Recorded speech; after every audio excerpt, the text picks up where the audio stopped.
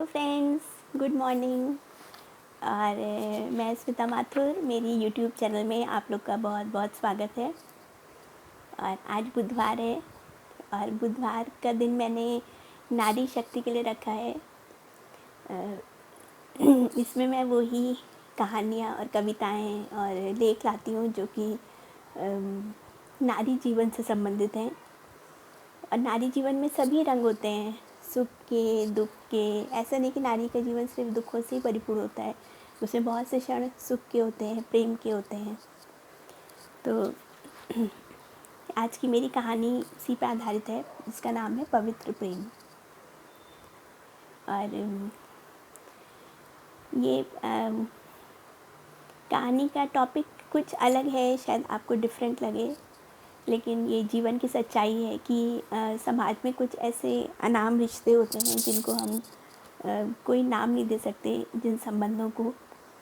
लेकिन फिर भी कभी कभी जीवन में कोई ऐसा व्यक्ति आता है जिसको आप अगाध प्रेम करते हो, लेकिन उस रिश्ते को कोई नाम नहीं दिया जा सकता।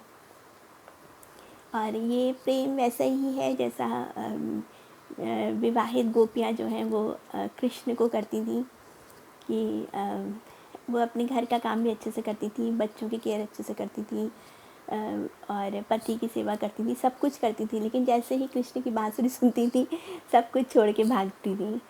तो उस प्रेम का आप क्या नाम दोगे?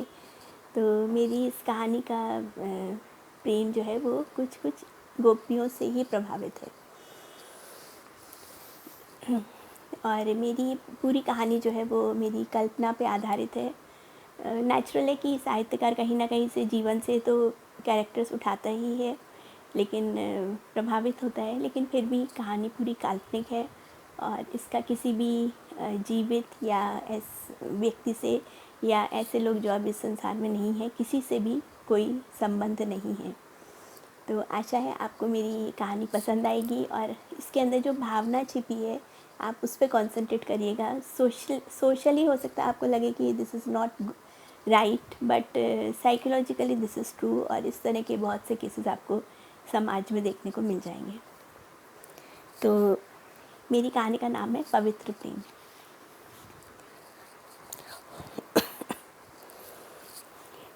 दूर तक फैली नैनी झील, अटखेलियाँ करते बादल, गहराती रात और झील पर चांदी सी चमकती नौकाएं।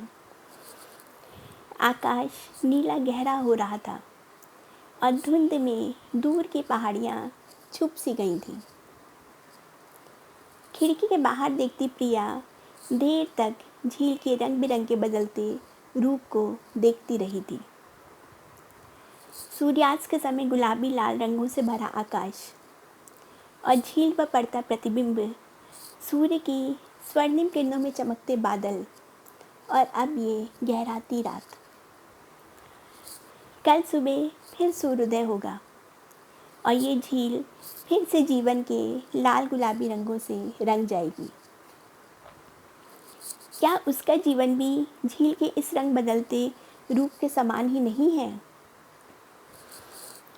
बचपन की अटखेलियाँ और पति के प्यार में सजा इटलाता यौवन, फिर गहराती शाम और सूनी रातें। क्या आज सुबह का सूरज उसके जीवन को भी चमकते रंगों में नहीं रंग गया था? उसके चेहरे में मुस्कान खिल गई और मन 30 साल पुरानी अल्लड़ युवावस्था में लौट गया।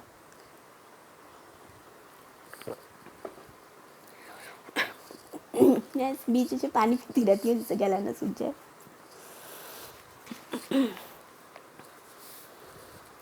वो दिन जब वो पति के हाथों में हाथ डाले कोमल बादलों से अटखेलियाँ करती, बर्फीली धुंध में उड़ी सी चली जाती थी। ऊंचे ऊंचे हरे भरे पर्वत और उनसे भी गहरी खाइयाँ, कुछ रहस्यमयी सी, हिमालय का वो अद्भुत सौंदर्य, बल खाती सर्पीली सड़कें और घुमावदार मोड़। आह, क्या दिन थे!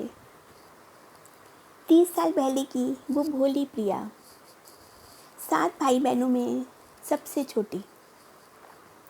लंबी पतली गोरी प्रिया देखने में बहुत ही सुंदर थी। बड़ी बड़ी बादामी आँखें और भूरे सीधे बाल। चंडीगढ़ में वो ब्यूटी क्वीन के नाम से जानी जाती। बुजुर्ग होते पिता 6 बच्चों की शादी निपटाते निपटाते थक गए थे। जैसे ही प्रिया ने ग्रेजुएशन पूरा किया, पिता ने उसका रिश्ता एक आर्मी ऑफिसर से तय कर दिया। लंबा सुंदर रविंद्र देखने में बहुत हैंडसम था। प्रिया ने जब उसको देखा तो वो उसकी दीवानी सी हो गई। रविंद्र भी उसकी बादामी बड़ी बड़ी आँखों और गालों पर पड़ते डिम्पल्स पर मुग्ध था। 65 वर्षीय पिता ने शीघ्र ही बिटिया के हाथ पीले कर दिए। पति के साथ प्रिया जब उसकी पोस्टिंग प्लेस दार्जिलिंग आई तो उसे ऐसा लगा जैसे वो सपनों की नगरी में आ गई हो। दूर दूर तक फैले नीले पर्वत और कल कल करते झरने, जैसे आकाश और पर्वत एक ही रंग के हो गए थे। सूरज जब पहाड़ियों के पीछे डूबता और सतरंगी रंगों से पूरा आकाश रंग जाता तो प्रिया विस्मयकारी नेत्रों से उस दृश्य को देखती रह जाती। पति के साथ उसके दिन सपनों की तरह बीतने लगे। दिन सुहावने और रातें रंगीन होती चली गई। उसका सजीला दूल्हा जब जीप में बैठकर आर्मी यूनिफॉर्म पहनकर निकलता तो वो उसे देखती रह जाती। आए दिन पार्टियों और पिक्चरों में समय कैसे बीत जाता पता ही नहीं चलता। मेस का वो फॉर्मल माहौल, छुरी कांटे चम्मच वाला, देर रात की पार्टियाँ और डांस, कभी पति पत्नी एक साथ डांस करते और कभी चेंजिंग पार्टनर वाला डांस होता। मदमस्त माहौल, हंसता खिलखिलाता नशीला।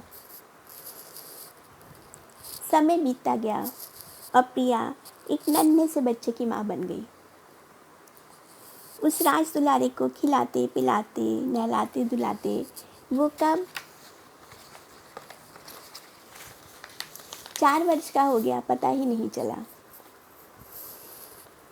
अब पति अपने काम में बहुत अधिक व्यस्त होते चले गए। अक्सर ही उनको टूर पर रहना पड़ता। बेबी के स्कूल जाने के बाद प्रिया घंटों घर में अकेली रहती। मन लगाने के लिए उसने वहाँ का आर्मी स्कूल ज्वाइन कर लिया। छोटे छोटे बच्चों को वो संगीत और चित्रकारी सिखाती। संगीत ही उसका जीवन हो गया। झरझर झरते झरनों में, गरजते बरसते बादलों में और हवा की सरसराहट में वो जीवन का संगीत सुनती। कभी कभी वो बच्चों को झील के किनारे ले जाती और उनसे छोटी छोटी पेंटिंग्स बनवाती। कभी वो एकांत क्षणों में सूर्यास्त को बैठकर घंटों निहारा करती। पति की लंबी अनुपस्थिति उसे बहुत खलने लगी थी। उसका फूल सा चेहरा उदासी के रंग में रंगता चला गया था।